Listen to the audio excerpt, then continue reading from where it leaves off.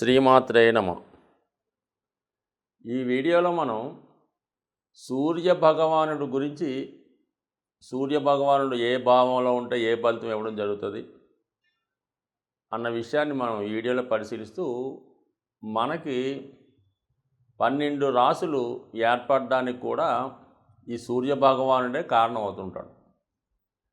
ఈ సూర్యభగవానుడు ప్రతి నెల కూడా ఒక రాశి నుంచి మరొక రాశిలోకి మారడం జరుగుతూ ఉంటుంది. అదే సూర్య సంక్రమణం అంటారు.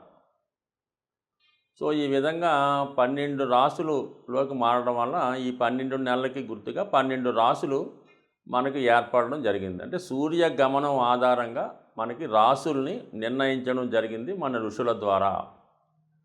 అంటే మొత్తం మీద జ్యోతిష శాస్త్రంలో ఈ ఫలిత విభాగం అనుకుంటాం, అలాగే మేదిని జ్యోతిషం అనుకుందాం. ఏదైనా ఒక ప్రపంచ విషయాలు కానీ, దేశ విషయాలు కానీ, వ్యక్తిగతంగా జరిగే విషయాలన్నీ కూడా సూర్య గమనం మీదే ఆధారపడడం జరుగుతుంటుంది. అంటే ఫలితాలన్నీ కూడా సూర్యుడి యొక్క రాశి మారినప్పుడు, మన పుట్టినప్పుడు ఉన్నటువంటి ఏ రాశిలో సూర్యభగవానుడు ఉన్నాడు, వీటన్నిటి మీదే జాతకం ఆధారపడి ఉంటుంది. దాంట్లో ముఖ్యంగా ఈ సూర్యుడు ఆరోగ్యానికి కారణమవుతుంటాడు, ధనానికి కూడా కారణమవుతుంటాడు. ఒక జాతకంలో మనకి సూర్యభగవానుడు ఉన్న బలాన్ని బట్టి ఆ జాతకుడు ఎంత ధనవంతుడవుతాడు, ఏ విధంగా పరిపాలన సాగిస్తాడు, ఏ విధంగా రాజ్యాధికారం ఉంటుంది, సో అలాగే అతని ఆరోగ్యం ఏ విధంగా ఉంటుంది, ఇవన్నీ కూడా సూర్యుని యొక్క స్థితిని బట్టి ఆధారపడి ఉండడం జరుగుతుంటుంది. ఒక విధంగా సూర్యుడు ప్రతి రాశి మారినప్పుడు ఏర్పడే మకర సంక్రమణం రోజు చాలా ప్రాంతాల్లో ఆ సంక్రమణం రోజు సాయంకాలం దాకా ఉపవాసం ఉండి ఆ రోజు నియమంగా ఉండడం జరుగుతుంటుంది. ఎక్కువగా మనకి ఈ ఆచారాన్ని ఈ ఒరిస్సా ఆ ప్రాంతాల్లో పాటిస్తూ ఉంటారు. సో ఏదైనా ఒక వ్యక్తి జీవితంలో సంతోషంగా సుఖంగా ఉండాలంటే సూర్యుని యొక్క బలం తప్పనిసరిగా జాతకంలో ఉండాలి. సో ఆ ఉద్దేశంతోనే ఈ గాయత్రి మంత్ర ఉపదేశం అవనివ్వండి, అలాగే కొన్ని కుటుంబాలలో ఈ ఒడుగు అనే పద్ధతి ప్రవేశపెట్టడం అవనివ్వండి, సో అలాగే ప్రతిరోజు కూడా సూర్య నమస్కారం చేసుకోవడం రావడం, అలాగే సూర్యునికి ఇంపార్టెంట్ అయినటువంటి ఆదివారం నియమంగా ఉండడం జరుగుతుంది. అంటే మామూలుగా సూర్య నమస్కారం అనుకుంటే ఇది పొద్దున్నే స్నానం అయిన తర్వాత తూర్పు వైపు తిరిగి నమస్కారం కాకుండా ఆసనాల రూపంలో 12 ఆసనాలు ఈ సూర్య నమస్కారం చేయడం ద్వారా మనకి, అంటే పూర్వకాలంలో ఇది అందరూ పాటిస్తూ ఉండేవారు. గురుకులంలో కూడా విద్యార్థులకి ఈ సూర్య నమస్కారం ఏ విధంగా చేయాలి అన్నటువంటి నేర్పు ఆ 12 ఆసనాలకి 12 పేర్లతో అవి లెక్క పెట్టడం జరుగుతూ ఉంటుంది. సో అది చేయడం వల్ల కంపల్సరీగా ఆరోగ్యాన్ని ఇవ్వడం జరుగుతూ ఉంటుంది. సో అందువల్ల అది పూర్వకాలం చేస్తుండేవారు. ఈరోజు కూడా ఎవరికైనా ఆరోగ్యం కరెక్ట్గా లేకపోతే అరసవిల్లి అనే మహా సూర్యభగవాని క్షేత్రంలో సూర్య నమస్కారాలు చేయిస్తూ ఉంటారు. అంటే సాధారణంగా ఇది అందరికీ సాధ్యం కాదు. ఈ సూర్య నమస్కారాలు ఆసన రూపంలో చేయడం అనేది మామూలు వ్యక్తులకు కష్టమవుతుంటుంది. కాబట్టి అక్కడ ఉన్నటువంటి వారితో ఈ వాళ్ళు పేరు మీద, మన పేరు మీద, ఎవరికైతే ఆరోగ్యం బాగలేదో వాళ్ళ పేరుతో ఈ సూర్య నమస్కారం చేస్తూ ఉంటారు. అది కంపల్సరీగా, అంటే సూర్య భగవానుడే ఆరోగ్యాన్ని ఇస్తాడు కాబట్టి అక్కడ ఈ సూర్య నమస్కారాలు చేయించడం వల్ల ఆరోగ్యం బాగుపడుతుందని ఒక నమ్మకం, అది విశ్వాసం, అది నిజం కూడా. సో అత్యంత ప్రతిభావంతుడైనటువంటి ఈ సూర్య భగవానుడు ప్రతి వాళ్ళ జాతకంలో కూడా ఏ స్థితిలో ఉన్నా ప్రతిరోజు కూడా సూర్యుని యొక్క అభివృద్ధికి, అంటే సూర్యుని బలం చేకూరే నిమిత్తం సూర్య నమస్కారాలు చేసుకోవడం, ఆదిత్య చదువుకోవడం అది చేయాలి. సో ఆరోగ్యానికి సూర్యుడు ఏ విధంగా ఇచ్చడం అనేది ఒక పురాణ గాథలు మనకు ఉన్నాయి. అలాగే ధనం ఏ విధంగా ఇవ్వడన్నది కూడా మనకి ఈ పురాణ గాథలు ఇవన్నీ కాదు, కానీ ఓవరాల్గా ఒక జాతకుడు జీవితంలో ఆరోగ్యంగా, ఐశ్వర్యంగా, అధికారంగా ఉండాలంటే సూర్యుని యొక్క బలం తప్పనిసరిగా ఉండవలసి ఉంటుంది.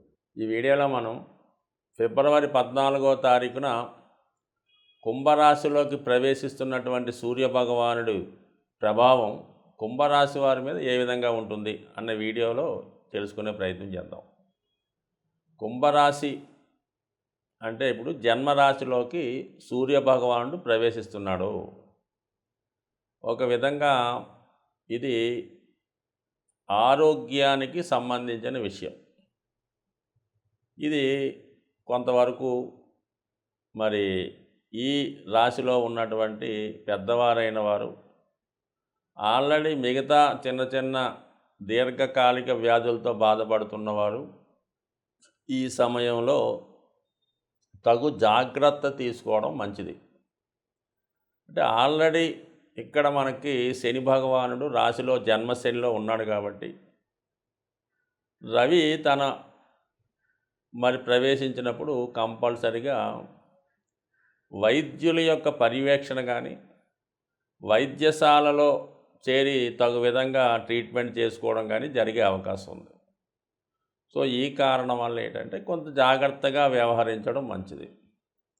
అలాగే జాతకుడికి ఒక ఎటువంటి అసహనం, ఒక విధమైనటువంటి చికాకు కలిగి అందరి మీద కోపపడడం, సహనాన్ని కోల్పోవడం, ఏ పని కూడా సరిగ్గా నిర్వహించలేకపోవడం, ఎవరైనా ప్రశ్నిస్తే తిరిగి వాళ్ళ మీదకే యుద్ధానికి వెళ్ళడం లాంటివి జరుగుతూ ఉంటాయన్నమాట. అంటే చాలా అహంభావంగా, చాలా డామినేటెడ్గా ఉండడం, అది కొంత అధికంగా ఉండడం వల్ల ఇతరులకి ఇతని యొక్క ప్రవర్తన చాలా ఇబ్బంది కలుగుతూ ఉంటుంది. ఇతనితో మాట్లాడదామంటేనే భయపడుతూ ఉంటారు అన్నమాట. ఆ విధంగా ఉంటుంది.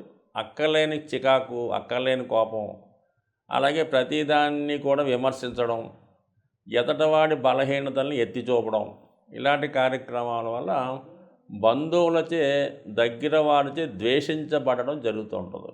సో అలాగే కొద్దిగా ఇల్ హెల్త్గా ఉన్నప్పుడు కూడా సరిగ్గా అతను ఇంట్లో ఉన్నప్పుడు సరిగ్గా సహనంగా ఉండకపోతే మిగతా వాళ్ళు కూడా ఇసుక్కునే అవకాశం ఉంటుంది. కాబట్టి ఏదన్నా ఈ సమయంలో జాతకుడు సహనం కోల్పోకుండా జాగ్రత్తగా సహనంతో చాలా ఓపికగా ఉండాలి తప్ప తనకు వచ్చినటువంటి కష్టానికి ఇతరులే కారణమని నిందిస్తూ ఉంటాడు అన్నమాట.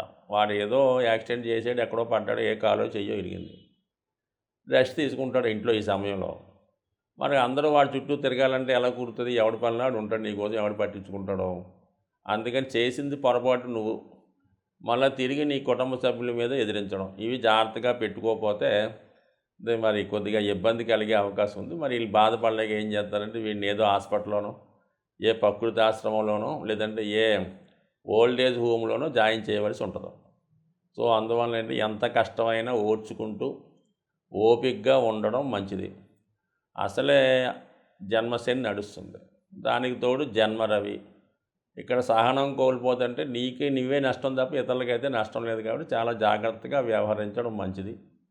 హెల్త్ పరమైన ప్రాబ్లమ్స్ లేకుండా జాగ్రత్తగా ఉండడం మంచిది. అందరినీ మిత్రులుగా కలిసిపోవాలి తప్ప ఎవరి మీద కూడా శత్రుత్వం పెంచుకోకూడదు. సో ఈ విధంగా జాగ్రత్తగా ఉంటే జాతకుడు కనీస గౌరవాన్ని పొంది ఈ నెల రోజులలో మళ్ళా ఆరోగ్యం నుంచి బయటపడి, పూర్తిగా అనారోగ్యం నుంచి బయటపడి పూర్తిగా మళ్ళా పూర్వస్థితికి హ్యాపీగా తిరిగే అవకాశం ఉంటుంది. కాబట్టి ఎంత సహనంగా ఉంటే అంత మంచిది. ఇదే సమయంలో మరి భగవంతుడి మీద ఎక్కువ ధ్యానం పెంచుకోవాలి. ఎందుకంటే సాధారణంగా ఈ సమయంలో పని కూడా కొంతమంది కోల్పోతూ ఉంటారు. అప్పటిదాకా బిజీ ఉన్నాడు, ఇంట్లో ఏదో కారణం వల్ల ఖాళీగా ఉండవలసి ఉంటుంది. ఉద్యోగాన్ని సెలవు పెట్టో, వేరే కారణం వల్ల, లేదంటే ఏ మిలిటరీలో ఉంటే వచ్చి ఇంట్లో ఒక నెల రోజులు సెలవు తీసుకోవడం జరుగుతుంటుంది. కాబట్టి ఈ సమయంలో కనీసం ఈ నెల రోజులైనా సరే దైవభక్తి మీద ధ్యానం పెంచి, ముఖ్యంగా విష్ణు సహస్రనామాన్ని పారాయణ చేయడం, వీలైతే దాని అర్థాన్ని సంపూర్ణంగా తెలుసుకోవడం, ఈ విధంగా చేయడం వల్ల మీకు సంపూర్ణ సూర్యగ్రహ అనుగ్రహంతో పాటు శనిగ్రహ అనుగ్రహం కూడా కలిగి మరి దాన్ని పాజిటివ్గా మరి మీకు గవర్నమెంట్ దగ్గర నుంచి సహకారం లభించడం, అలాగే ప్రభుత్వం ద్వారా మీరు ఏదైనా పథకాన్ని పొందడం, ఏ పెన్షన్ లాంటిదో, లేదంటే ఏ రాయల్టీ లాంటిదో, లేదంటే ఏదైనా రివార్డో, లేదంటే మెడికల్ ఎక్స్పెండిచరో, అలాగే ఏదన్నా డాక్వా గ్రూప్లోంచి ధనం రావడం, మొత్తం మీద ప్రభుత్వ సహకారం కూడా అందుతుంది. అలాగే భగవంతుని కృప కూడా కలుగుతుంది. కాబట్టి సాధ్యమైనంత వరకు మరి ఫిబ్రవరి 14 తర్వాత జాతకుడు తన యొక్క సహనాన్ని కోల్పోకుండా, కోపాన్ని పెంచుకోకుండా చాలా మౌనంగా ఉంటూ, అందుకే చాలామంది ఈ సమయంలో మౌన వ్రతం చేస్తూ ఉంటారు. అలా జాగ్రత్తగా ఉంటే పూర్తి మౌనవ్రతం అక్కర్లేదు, కానీ తక్కువ మాట్లాడటం మంచిది. సాధ్యమైనంత వరకు ఎవరికి ఇబ్బంది పెట్టకుండా తన పని చూసుకుంటే కంపల్సరీగా మరి ఈ విష్ణు సహస్రనామ పారాయణం వల్ల మరి ప్రభుత్వ పథకం మీకు అనుకూలంగా వచ్చి మిగతా వారిచే కూడా గౌరవాన్ని పొందుతారని ఆశిస్తూ, సాధారణంగా గ్రహాల యొక్క శాంతి కొరకు పంచభూతాలు అంటే మనకి గాలి, నిప్పు, నీరు, వాయువు, ఆకాశం అనే 5 తత్వాలు ఉండడం జరిగింది. దీన్నే మనం ఈ పూజాధికారులు నిర్వహించేటప్పుడు పంచోపచార పూజ అని చేయడం జరుగుతూ ఉంటుంది. సో ఇందులో ముఖ్యంగా శని భగవానుడు యొక్క అనుగ్రహం కోసం మరి శని భగవానుడు వాయుతత్వ రాశి అవ్వటం వల్ల ధూపంతో పూజించడం వల్ల, అంటే మీకు సాధారణంగా శివాలయాల్లో కానీ అమ్మవార్లకు కానీ ఈ సాంబ్రాణి ధూపం ఎక్కువగా వేస్తూ ఉంటారు. సో అది సింపుల్గా అగరబత్తీలు వెలిగించడం. అంటే చాలామంది ఏం చేస్తారంటే పూర్తిగా పూజ చేయని వాళ్ళు వారంకోసారి మామూలుగా చేస్తుంటూ ప్రతిరోజు కూడా ఉభయ సంధ్యల్లో ఈ అగరబత్తి వెలిగించి పూజ చేస్తూ ఉంటారు. ఇంకా ఓపిక ఉన్నవాళ్ళు సాంబ్రాణి పొగ అది గృహం అంతా వేస్తూ ఉంటారు. ఎక్కువగా అమ్మవార్లకి, శివునికి, అలాగే ఈ సాంబ్రాణి పొగ వేయటం వల్ల కనీసం ప్రతిరోజు అగరబత్తి 2 పూట్ల భగవంతుని యొక్క ఆరాధించడం వల్ల మీకు కంపల్సరిగా ఈ నవగ్రహాల్లో శని భగవానుడి యొక్క అనుగ్రహం లభించడం జరుగుతూ ఉంటుంది. సో ఈ కారణం వల్ల ఒకటి, అలాగే ప్రతిరోజు కూడా ఈ గృహంలో నిరంతరం ఏదో భగవంతుని యొక్క నామస్మరణ మోగే విధంగా, అంటే గతంలో కొన్ని చిన్న చిన్న బాక్సులాగా ఉంటే ఏదో ఓం నమో నారాయణయో, ఓం శివాయ ఏదో చదువుతూ ఉంటాయి. సో అటువంటి కూడా గృహంలో ఉండడం వల్ల ఏంటంటే పాజిటివ్ ఎనర్జీ ఆ గృహంలో ఉండడం జరుగుతూ ఉంటుంది. కాబట్టి సాధ్యమైనంత వరకు శని భగవానుడి యొక్క అనుగ్రహం కావాలంటే ఆ గృహం చాలా పరిశుభ్రంగా ఉండాలి. అలాగే ఇరిగిపోయిన వస్తువులు, పనికిమాలిన వస్తువులు, అక్కర్లేని వస్తువులు ఇంట్లో ఉంచడం. అలాగే కొంతమందికి ఏంటంటే ఓ 10 జతల చెప్పులు ఉంటాయి, ఏదో కొత్తవి కొంటుంటారు, పాత ఏం చేసుకుంటారో. ఈ చెప్పుల జతలు ఎక్కువ అవడం వల్ల ఈ కొంతకాలంకి ఆ నెగిటివ్ ఎనర్జీ వాటి మీద వచ్చే అవకాశం ఉంటుంది. కాబట్టి సాధ్యమైనంత వరకు ఈ చెప్పులు అన్నవి నిల్వ ఉంచకుండా ఎప్పటికప్పుడు దాన్ని అవసరం తీరిన తర్వాత బయటపడేయండి. ఏదో 1-2 చెప్పులు పెట్టుకోవడం అన్నది ఒక కొత్తమైన పద్ధతి. అలాగే ఇంట్లో వాడే చీపురు గట్ట దాన్ని కూడా మరి ఒక చోట కొంతమంది నిలువుగా పెడుతుంటారు అనమాట, అంటే కుచ్చు పైకి వచ్చేలా పెడుతుంటారు అనమాట. జ్యేష్ఠాదేవి చేతిలో ఆయుధంలాగా. ఎట్టి పరిస్థితుల్లో కూడా కుచ్చు అరిగిపోతే ఇంకోటి కొనుక్కుంటా ఏం పోయింది. అందువల్ల ఎప్పుడు కూడా అది నిలువుగా కరెక్ట్గా పెట్టాలి తప్ప కుచ్చు పైకి వచ్చే విధంగా మాత్రం ఎట్టి పరిస్థితుల్లో కూడా పెట్టలేదు. ఇవన్నీ కూడా అలక్ష్మికి కారణాలు అన్నమాట. సో అలాగే ఏంటంటే ఈ భోజనం చేయడానికి కూడా ఒక పర్టికులర్ టైం పాటించాలి. ఏ టైంలో పడితే ఆ టైంలో తినడం, ఎక్కడ పడితే అక్కడ తినడం, ఈ టీవీలు చూస్తూ ఈ మంచాల మీద కుర్చీల్లో సేరబడి ఈ విధంగా భోజనం చేయడం, ఏదో ప్లేట్లో భోజన పదార్థాలు ఉడుచుకొని తినడం, ఇవన్నీ కూడా ఐశ్వర్యప్రదం కాదు. ఇవన్నీ కూడా శనిని ఆహ్వానించే ఇండికేషన్స్ అన్నమాట. ఈ అనాచార పనులన్నీ కూడా శనిని ఆహ్వానిస్తుంటాయి.